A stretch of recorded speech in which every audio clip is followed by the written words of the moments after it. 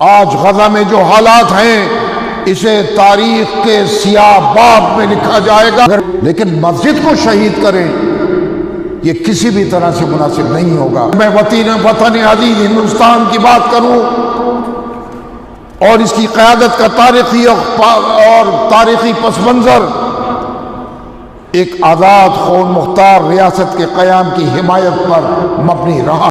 والصلاة والسلام على سید المرسلین وعلى آلہ واصحابہ اجمعین۔ بزرگوں، نوجوانوں، آج دنیا میں مختلف مسائل اور ایسے مسائل جس کی وجہ سے پوری دنیا میں مسلمان اور انسانیت نواز لوگ جو انسانیت پر یقین رکھتے ہیں وہ پریشان ہیں۔ دہلی میں ایک مسئلہ ہے سنہری باغ روڈ کی مسجد کا، جس کو NDMC نے شہید کرنے کا پلان تیار کیا ہے۔ دوسرا مسئلہ ہے فلسطین کا،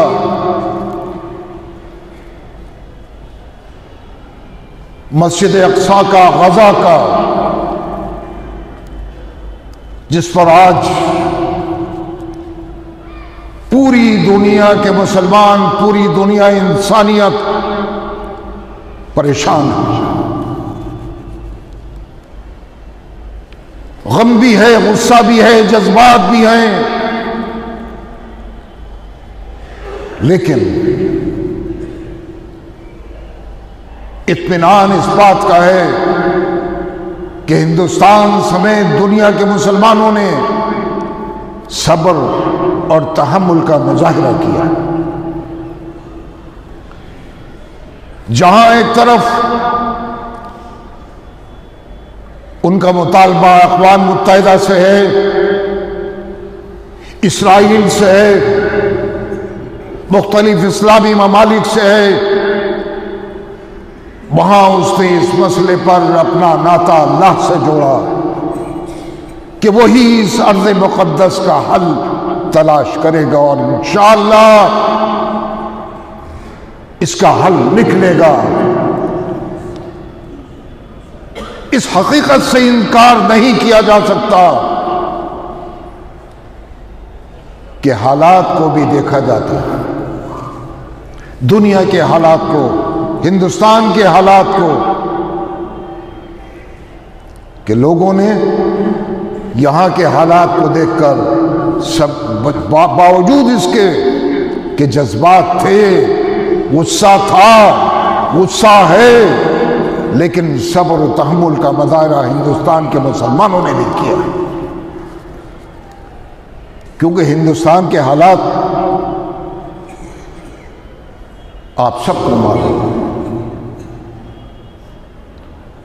اس کو کہنے کی ضرورت نہیں ہے۔ ہم نے صبر کا مظاہرہ کیا، ہم نے تحمل کا مظاہرہ کیا، جذبات میں نہیں آئے، یہی دانش مندی ہے،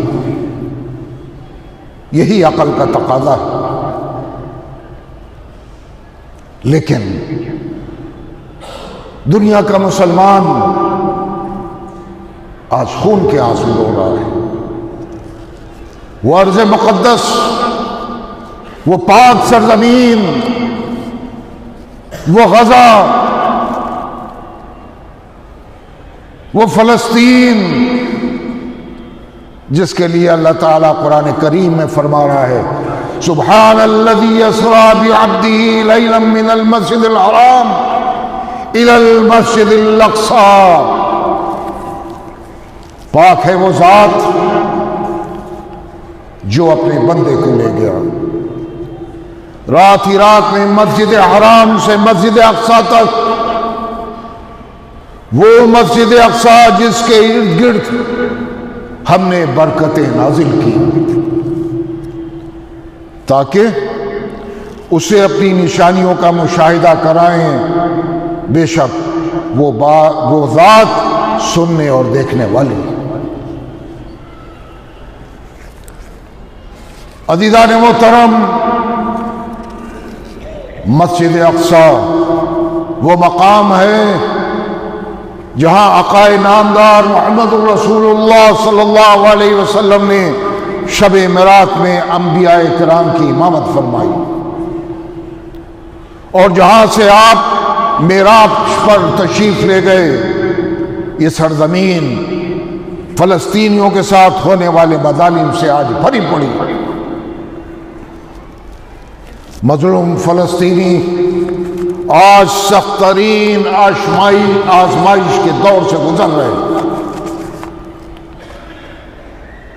لیکن مصیبتیں اور آزمائشیں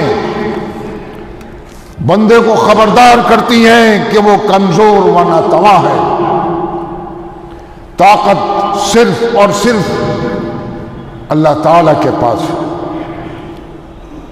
لہذا ہمیں ان آزمائشوں سے جس سے ہم آج گزر رہے ہیں سبق حاصل کرنا چاہیے۔ دنیا کا کوئی شخص ایسا نہیں جس کی کتاب حیات میں آزمائش اور مصیبت کا لفظ درج نہ ہو۔ اللہ رب العزت عام انسان کو حوادثات اور پریشانیوں میں اس لیے مبتلا کرتا ہے تاکہ اس کے گناہوں کی مغفرت ہو جائے۔ بزرگوں، نوجوانوں، فلسطین میں جس بربریت کا اسرائیلی ریاست اور اس کی قیادت کے ذریعے برملا اظہار ہو رہا ہے، اس سے آج دنیا انسانیت شرمسار ہے، جس کا ثبوت اقوام متحدہ کی جنرل اسمبلی میں 153 ممالک کا اس قرارداد کی حمایت ہے جو اس بربریت کے خلاف اور فوری سیز فائر کرنے اور غزہ کے متاثرین کو انسانی امداد فراہم کرنے سے متعلق تھا۔ آج اسرائیل کے سامنے اقوام متحدہ کی بے بسی، لاچاری، اس کی اہمیت اور افادیت پر سوالیہ نشان لگ گیا ہے۔ کوئی حیثیت آج اقوام متحدہ کی نہیں۔ چند ممالک ہیں جن کو ویٹو پاور دیا ہوا ہے، اقوام متحدہ لاکھ قراردادیں لے کر آئے، لیکن ایک ملک بھی اگر ویٹو کر دے تو وہ قرارداد کالعدم قرار دی جاتی ہے، کوئی حیثیت نہیں۔ تو پھر اقوام متحدہ کی بھی کیا حیثیت؟ برسوں ہو گئے 1948 سے فلسطین کا مسئلہ اٹکا ہوا ہے۔ اسرائیل قابض ہوا آ کر فلسطینیوں کی سرزمین پر، ارض مقدس پر، اور آج تک حل نہیں ہوا۔ تو کس کام کی اقوام متحدہ؟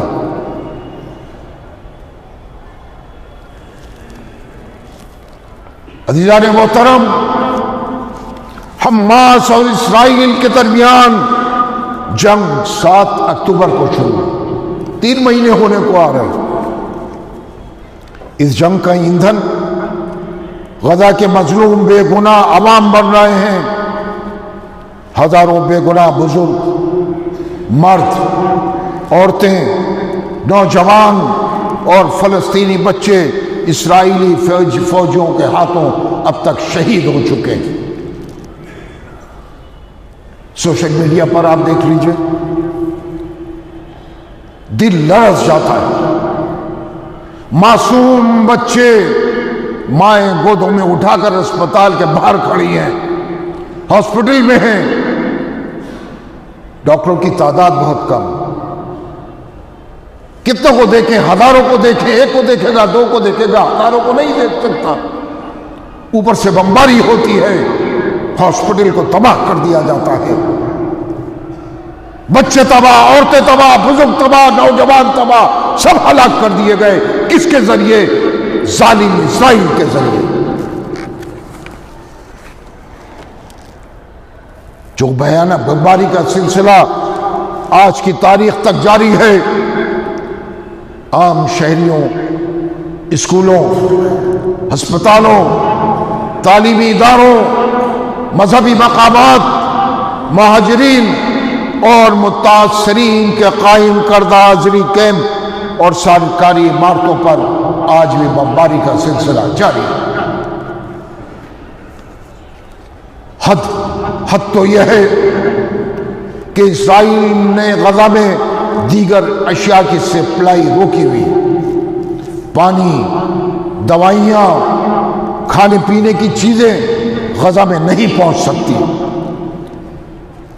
سردی کے اس موسم میں گرم کپڑے، بلینکٹ کچھ نہیں،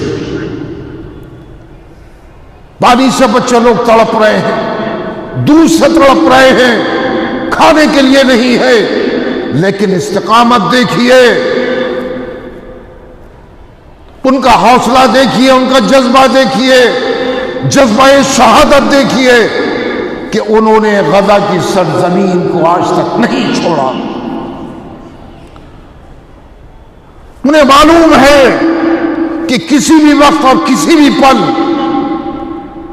ان پر بمباری ہوگی اور ہو رہی ہے، لیکن اپنے ملبے پر بیٹھے ہوئے ہیں۔ اس پاک سرزمین کو غزہ کے نوجوانوں نے، بزرگوں نے، بچوں نے، خواتین نے نہیں چھوڑا۔ یہ ہے جذبہ شہادت جو 75 سال سے مسلسل وہاں کے نوجوان، وہاں کی خواتین، وہاں کے بزرگ، وہاں کے بچے اس کا مظاہرہ کر رہے ہیں۔ دنیا میں کوئی مثال نہیں ملتی، ایسی کوئی مثال نہیں ہے جو جذبہ فلسطین کے غزہ کے عوام مسلمانوں میں۔ یہ ایمانی جذبہ ہمارے اندر نہیں ہے۔ ہم عیاشیوں میں گھرے ہوئے ہیں۔ آج نوجوانوں کو دیکھیے، ان کو کوئی فکر نہیں۔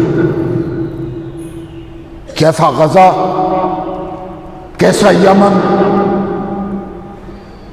کیسا سیریا، کیسا عراق، ہمارے نوجوان شراب، عیاشیاں، نشوں میں مست ہیں۔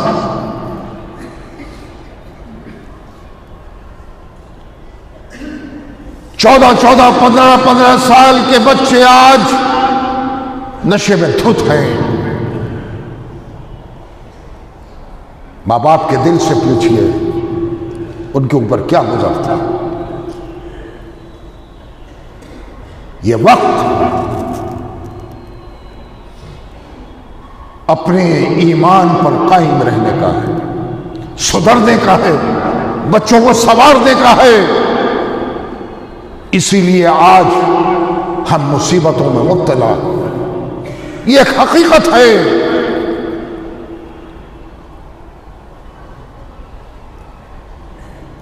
اس سے پہلے بھی میں کہہ چکا ہوں، اس کا ذکر کر چکا ہوں۔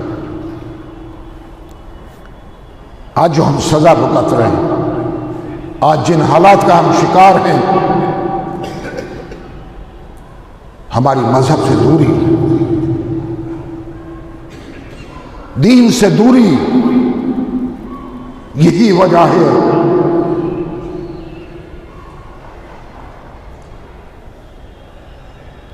وہ سننے والا ہے، وہ دیکھنے والا ہے، مانگ کے تو دیکھیے،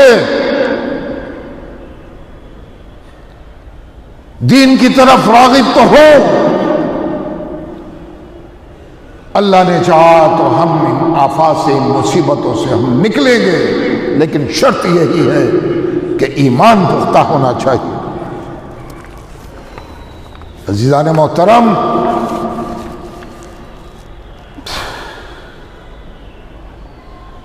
آپ مشاہدہ تو کیجئے، دیکھیے تو کہ فلسطین میں کیا ہو رہا ہے۔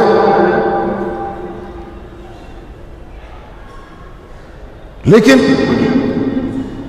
ایمان پختہ، جذبہ، ایمانی جذبہ ظلم کی اس سے زیادہ انتہا کیا ہوگی کہ غزہ میں فلسطینی کے قبروں کو کھود کر ان کی میتوں کو نکال کر ان پر بلڈوزر اور ٹینک چلا دینا اسرائیل کے ذریعے، یہ حیوانیت کی بدترین شکل ہے، بدترین شکل ہے،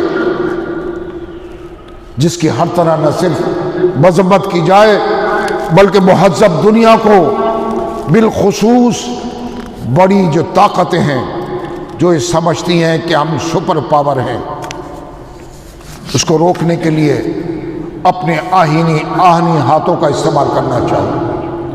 حالانکہ سپر پاور وہ ہے، دنیا کی کوئی طاقت سپر پاور نہیں، سپر پاور وہ ہے۔ اور میں سمجھتا ہوں اس معاملے میں تاخیر، ان کی غیر جانبداری اور براہ راست ملوث ہونے پر سوالیہ نشان کھڑا کرتی ہے۔ مظلوم فلسطینیوں کو مغربی ممالک میں عام مسلمانوں اور دیگر مذاہب کے ماننے والوں کی طرف سے جو عوامی حمایت حاصل ہو رہی ہے، اس نے عالمی ضمیر کو جھنجھوڑ دیا۔ صرف مسلمان ہی نہیں دنیا میں احتجاج نہیں کر رہا، بلکہ مختلف مذاہب کے جو لوگ ہیں دنیا بھر میں مظاہرہ کر رہے ہیں غزہ کے مسلمانوں کی حمایت میں۔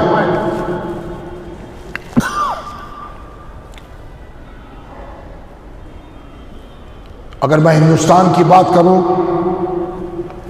تو ہندوستان اور ملک کی تمام جماعتیں، ماضی کی تمام حکومتیں اپنے اپنے دور میں فلسطین کی خود مختار ریاست کے قیام کی حامی رہی۔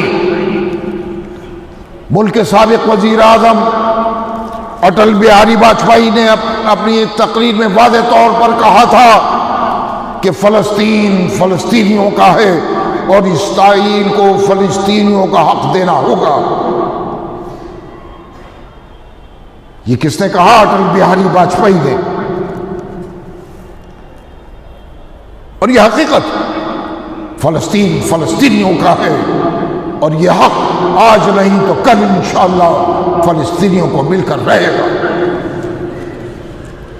اگر میں وطن عزیز ہندوستان کی بات کروں اور اس کی قیادت کا تاریخی پس منظر ایک آزاد خود مختار ریاست کے قیام کی حمایت پر مبنی رہا، اگر میں وطن عزیز ہندوستان کی بات کروں اور اس کی قیادت کا تاریخی پس منظر ایک آزاد خود مختار ریاست کے قیام کی حمایت پر مبنی رہا ہے۔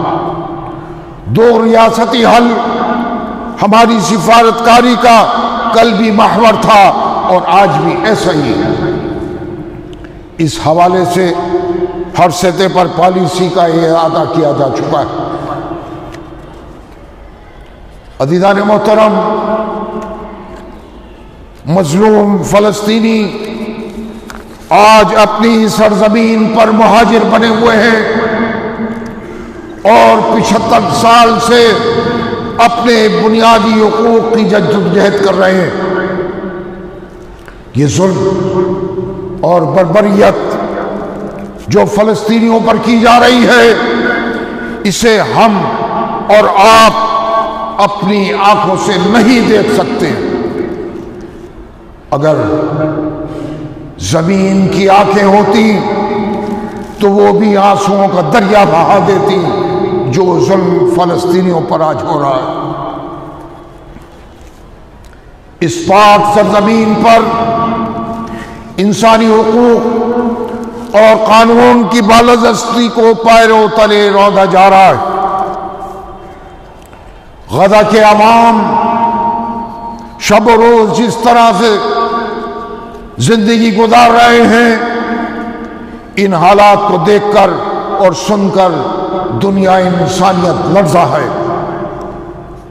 اسے ہر آنکھ دیکھ رہی ہے، ہر آنکھ دیکھ رہی ہے اور ہر دل محسوس کر رہا ہے، ہر آنکھ اشکبار ہے، چاہے وہ ہندوستان کے عوام کی، ہندوستان کے مسلمانوں کی آنکھیں ہوں یا دنیا کے مسلمانوں کی آنکھیں، ہر آنکھ اشکبار ہے۔ ہر حساس نظر مستقبل کے اندیشے اور آئندہ کل کی فکر میں عجیب کربناک کیفیت سے دوچار ہے۔ آج غزہ میں جو حالات ہیں اسے تاریخ کے سیاہ باب میں لکھا جائے گا۔ آج غزہ میں جو حالات ہیں اسے تاریخ کے سیاہ باب میں لکھا جائے گا، لیکن طلوع سحر سے ہم مایوس نہیں ہیں۔ کوئی مسلمان طلوع سحر سے مایوس نہیں ہو سکتا۔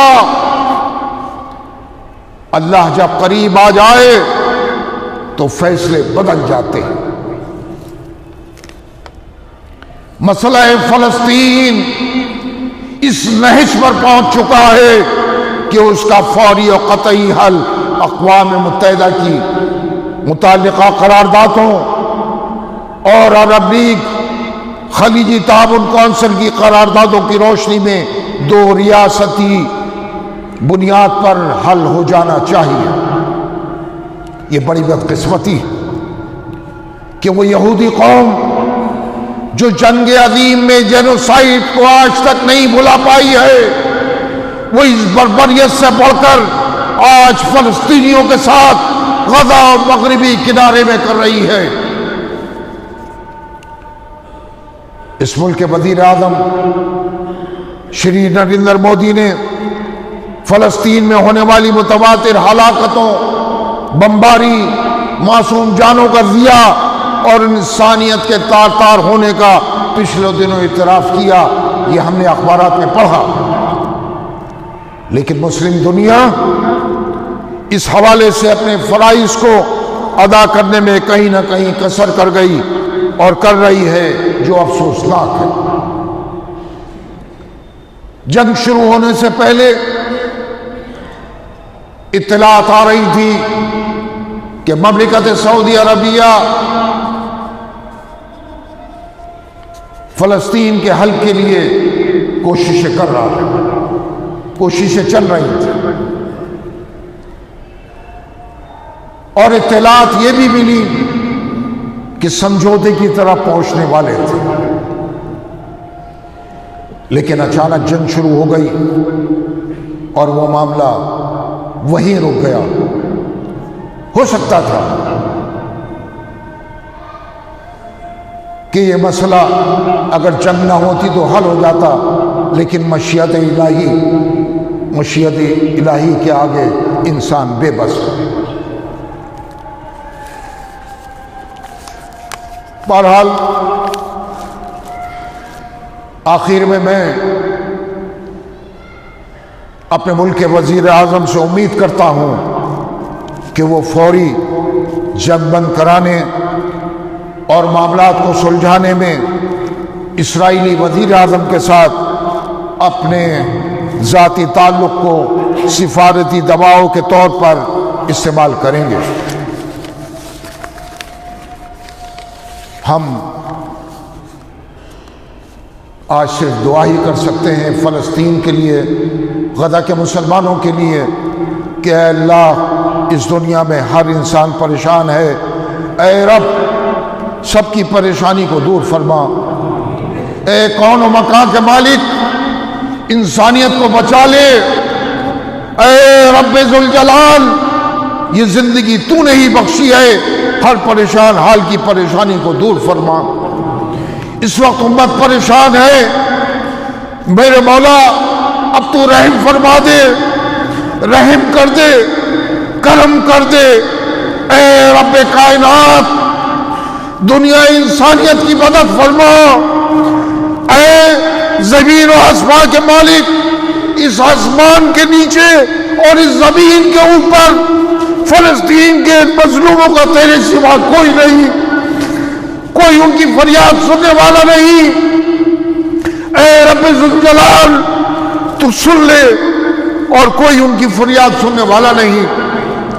یا اللہ اس میں کوئی شک نہیں، اس میں کوئی شک نہیں کہ تو بہترین کرشمہ ساز ہے، مظلوموں کے ساتھ ہونے والی سازشوں کو ناکام کر دے۔ اے اللہ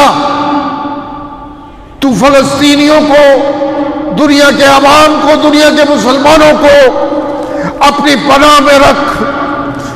اے رب کائنات، اے رب ذوالجلال، ہم جیسے بھی ہیں تیرے بندے ہیں، یا رب ہماری دعائیں اپنے دربار میں قبول فرما، آمین یا رب العالمین۔ آخر میں سنہری مسجد کے تعلق سے بھی آج کہنا ضروری سمجھتا۔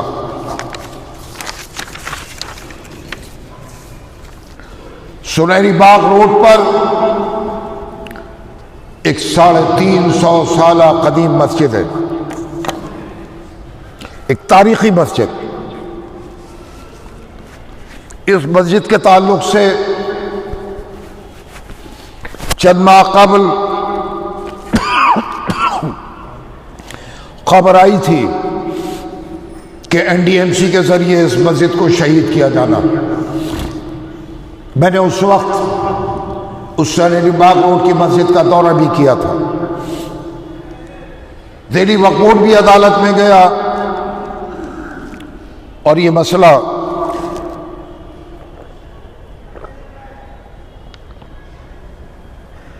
اس وقت رک گیا تھا، مگر اب پھر خبریں آ رہی ہیں کہ سڑک کو چوڑا کرنے کا نام دے کر کے سڑک کو چوڑا کیا جائے گا۔ وہ راؤنڈ اباؤٹ ہے، گول چکر ہے، اور اس مسجد کو شہید کیا جائے گا۔ NDMC کے اس فیصلے سے مسلمانوں میں بہت تشویش ہے۔ NDMC نے ایک نوٹس جاری کیا ہے اور اس مسجد کے تعلق سے کہ اس کو ڈیمالش کیا جائے یا نہیں لوگوں سے رائے مانگی۔ ظاہر ہے کہ مسلمان تو یہی رائے دیں گے کہ مسجد کو شہید نہیں کیا جائے، نہ کیا جا سکتا ہے، لیکن ایک رائے یہ بھی آئے گی جو مخالفین ہیں کہ مسجد کو شہید کر دیا جائے۔ یہ مسجد کو شہید کرنے کی کوئی بنیاد نہیں، اس کو بنیاد نہیں بنایا جا سکتا۔ یہ مسجد ان 123 وقف جائیدادوں میں شامل ہے جس پر عدالت نے اسٹے دیا ہوا ہے۔ جب عدالت نے اسٹے دیا ہوا ہے تو مسجد کو کیسے شہید کیا جا سکتا ہے؟ میں آپ کو بتا دوں کہ یہ مسجد بہت پرانی ہے، بہت قدیم۔ 1940 میں میرے دادا جو کہ میرے ہم نام تھے، ان کا نام بھی سید احمد بخاری تھا، 1940 میں اس وقت ایک معاہدہ ہوا، انگریزوں کا دور تھا، ڈپٹی کمشنر کی طرف سے رجسٹرار نے جامع مسجد دہلی کی منتظمہ کمیٹی جس کے سربراہ میرے دادا تھے، ایک معاہدہ ہوا، یہ ہے معاہدہ، اس پر دستخط ہیں ان کے،